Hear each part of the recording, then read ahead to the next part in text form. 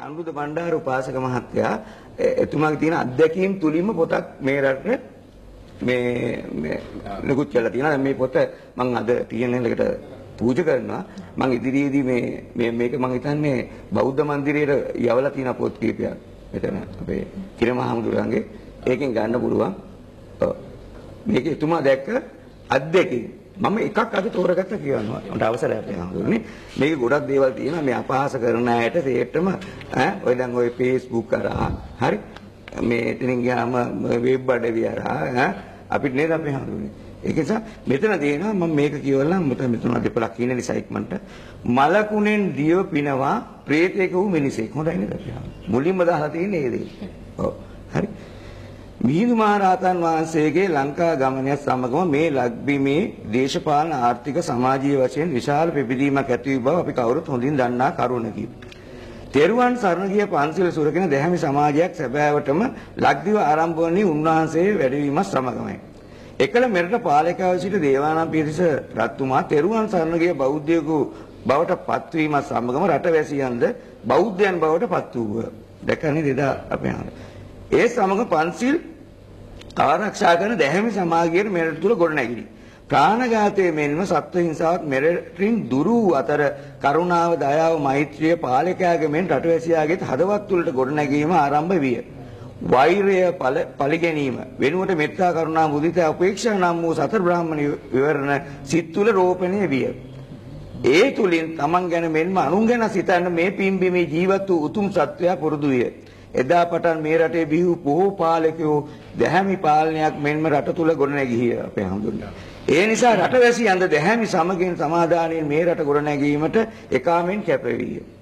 නමුත් අද වෙන විට මේ රට තුල ජීවත් වෙන මිනිසුන්ගේ හදවත්වල තුලින් මෙත්තා, කරුණා, මුදිතා, උපේක්ෂා නම් වූ සතර බ්‍රහ්මණ විවරණ දුරු වී ඒ වෙනුවෙන් තමාගේ සැපේ වෙනුවෙන් අනුන් නැසීමේ ක්‍රූරත්වය පැතිර ගොස් ඇත. ඒක නිසා මේවට අභියෝග කරන්නේ අපි හඳුන් මේවට අභියෝග කරන්නේ සිතන තරම් මනසක් නැහැ. Tamanට කාලා තිරිසනෙක් වගේම මේ බුදුහාමුදුරුවොත් මස් කෑවයි කියලා අනුමත කරගන්නවලා මේ ප්‍රේත ලෝක වලට යන්නමයි අවශ්‍ය වෙලා තියෙන්නේ.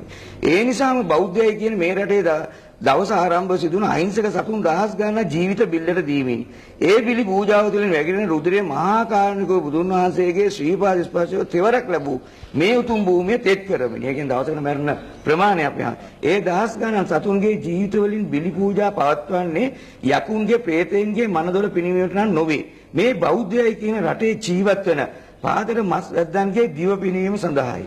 බුදු ගුණ වෙනුවෙන් වැඩි බණ දෙසමින් සාදුනාදදී ඒ වැඩි බණ අසමින් මස්රද්දන් ලෙස යක්ෂයන් ප්‍රේතයන් ලෙස ජීවත් වන අමන දනා මරණින් මතු නමුන් යන තැන කොතනදයි නොදෙනී අපේ හාමුදුරනේ. හොඳයි නේද? ඒක මම කියා දෙන්න බෑ. මෙන්න උදාහරණයක් කියනවා. වයම් පළාතේ යතුගල් පුරේට ආසන්න ගමක ජීවත් වූ මෙන්ඩිස් නම් වූ ඔහුද තම ජීවිකාව ගෙව්වේ මනුෂ්‍ය වෙස්ගත් අමනුෂ්‍යෙක් ලෙසින්. උදේ අවදි වූ මොහොතේ පටන් රාත්‍රී ඔහුටත් නොදැනීම කොහේයෝ අකුටුව නිද්දට යන තුරුම මෙන්ඩිස්ගේ කාර්යයේ දුක් විඳ සොයා ගන්නා මුදල් වලින් මත් වතුර පානයත් අහිංසක කර්මයේ මිදෙන්න නොහැකි වූ සසරේ කරන ලද අකුසල කර්මයන් නිසා වෙන්න ඇති. වසර දෙකකට ආසන්න කාලයක් ලෙඩ ඇඳී සිට ඔහු සත්ව මලකුණු නොමැතුම ආහාර ගැනීමකට නොහැකියෙත් බැරුණා අපේ හාමුදුරුවෝ. මීට වසර 3කට පමණ පෙර මෙන්ඩිස් මෙම මනුෂ්‍ය ලෝකයෙන් සමුගත්තේය. මෙන්ඩිස්ගේ මරණය සිදුවී ටික දනක ගත වන විට කුසුමාවතී නම් ඔහුගේ ලේලිට නොයෙකුත් රෝගාපීඩ ඇති වී මේවා දැනගන්න මේ සංසාර බිය. ඒ විතරක් නොව පවුලේ සමගිය බිඳ වැටීම මෙන්ම දියුණුවද අඩාල විය. නිතර පවුලේ අඩදබරද වර්ධනය විය. කොතෙක් ප්‍රතිකාර කළද ඇයගේ රෝගී තත්ත්වය පාව නොගිය. පාදවල හටගත් රෝගී තත්ත්වය නිසා ටික කලක් ගත වන විට ඇවිදීමට නොහැකි තත්ත්වයක් උදා විය. පසුගිය දිනක කුසුමාවතී මෛත්‍රී සෙවණ ආරාමයට ආවේ තවත් කීප දෙනෙකුගේ ආධාරයෙනි. අය ආරාමයට එන විට මේ රටේ සතර දෙසින් ආරාමයට පැමිණි අසරණ මිනිසුන්ගේ කායික සහ මානසික පීඩාවන්ට අනන්ත වූ බුදුගුණ බලයෙන් මා විසඳුම් ලබා දෙමින් සිටියේ අපේ උපාසක මහතා අනුරුද්ධ මහත්තයා. කුසුමා දකින්නටම ඇය වැළඳී ඇති රෝග තත්ත්වය මා හඳුනාගත්ෙමි. ඇය විහාර මන්දිරයේ ඉදිරියට කැඳවා ඉසම තත තබා තෙරුවන් ගුණසිහි කරන විටම ඇය වෙවුලමින් හූවඬ තලා ආවේශවන්න විය. මෙන්න මෙහෙම මම මැන්ඩිස් මේකිගේ මාමා මට අවසාන කාලේ සැලකුවේ මේකි. මම ආවේ මේකිව ගිනියන්න කීමෙන් ආවේශ වූ කුසුමාවතී බිම පෙරළමින් දඟලන්න විය. දැන් මේවා දැක වීඩියෝස් දැන් ඉස්සරහට තව අපි ගෙනලා පෙන්නනවා. දැන් අනුරුදු මහත්තයා ඊළඟ පාරේ එනවා. ඔය Facebook එකේ දානවා. මේවා කවුරු හරි ප්‍රතික්ෂේප කරනවා නම් ඒගොල්ලන්ට මම ඇඟිල්ල දික් කරලා කියනවා මෙහෙට කතා කරන්න කණෙන් හරි යදගෙන කියලා මේවා ඇස් දෙකෙන් පෙන්නන්න අපේ ආමුදුනේ. මේවා බුදුහාමුදුර අනුමත කරපු ඒවා තිරෝකුඩ සූත්‍රයේ අපේ ආමුදුනේ. බර මෙහෙම කියනවා. මට පින් එපා. මට ඕනේ මයියොක්කයි මසුයි අරක්කුයි ඕනේ. ඒවා දෙනකම් මම යන්නේ නැහැ. නැවතත් කුසුමාවතී ආවේශු ප්‍රේතාත්මයෙන් පවසයි. ඊට පස්සේ මේ පින්බෙමේ ඒවා දෙන්න මම සූදානම් නැහැ. උඹට ඕනේ නම් මම පින් දෙන්නම්. නැත්තම් මේ දරුවව අතහැරලා ඵලයන් ඇයි අපේ අනුරුදු මහත්තයා පවසත්ම අනේ මම යන්නම්. මට තවත් මේක ගාව ඉන්න බෑ. මම මනුෂ්‍ය ආත්මයේ ඉඳෙදී මස් කන්න හරි කෑදරයි. අරුක්කු බිව්වයි මස් කෑවයි තමයි මම කෙරුවේ. මම මේ කරගත පාප කර්ම නිසා මට මේ කල්ප ගානකින් ගොඩ එන්න බෑ. මට මේ പ്രേත ආත්මයෙන් ගොඩ යන දවසක් පෙන්නන්නත් පේන්නවත් නැහැ. මට අදින් පස්සේ මේක ළඟ ඉන්නත් බෑ.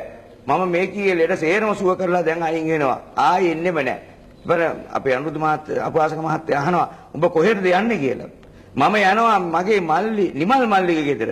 එහෙ මසුයි හරක්කුයි දෙකම තියෙනවා. මට එතන හොඳට ඉන්න පුළුවන්. ඇයි පවසා මෙන්ඩිස්ගේ പ്രേත ආත්මය කුසුමාගේ ශරීරයෙන් ඉවත් වේ. කුසුමා නැවත සිහිය ලබන විට ඇයගේ සියලුම රෝග සුව වී ඇත.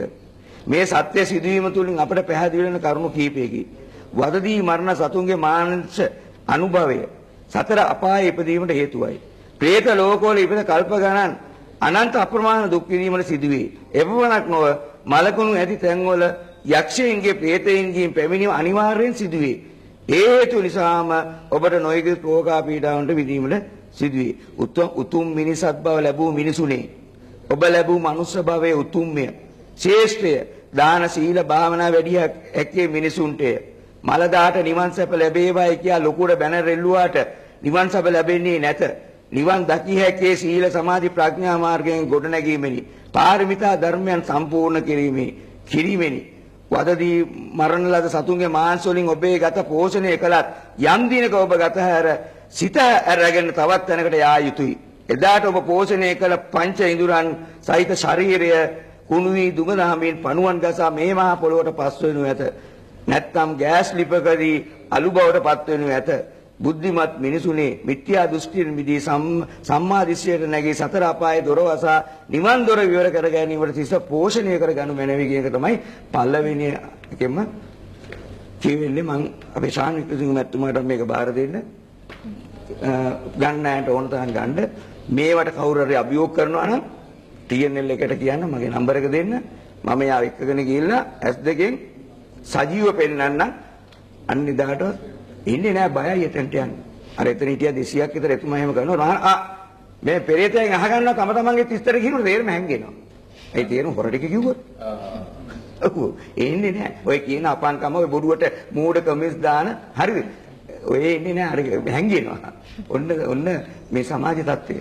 ඔය දර්ශන අපිට ඉදිරියේදී බිහිතර වැඩසටහනෙන් නරඹන්නත් අවස්ථාවක් තියෙනවා. පෙන්නමු දුවේ Facebook එකේ දැනට තියෙනවා කීපයක්. න්‍යාලි ජීරන්න පබ්ලික් ෆිගර් කියලා මෙතුම මේ අනුරුදු මණ්ඩාරම උපාසක මහත්තයාගේ ඒව බලන්න. එතුම මේ බීදොර ඇවිල්ලා කියපු දේවල් බලන්න. බලලා ප්‍රඥාවෙන් බුද්ධියෙන් සිතන්න. මේ අර තමන්ගේ තියෙන මලකුණු තෘෂ්ණාවට ඒක අනුමත කරගන්න වැඩක් නැහැ. බැලලා වැඩක් නැහැ. ඒව බලන්නේ නැහැ. ඔය පොඩි කැලලක් බලන මොකක් හරි මෝඩ ගමන දානවා ක්‍රමෙන්. ඉතින් මම ඒව සේරම කපලා දානවා. මොකද ඒව මම තියන්නේ නැහැ. මේක පිරිසුදු මේ ෆේච් එකක් මූණු පොතක්. මේක බුද්ධිමතුන්ට බලන්න බුද්ධියෙන් සිතන්න තියෙන්න ඕනේ.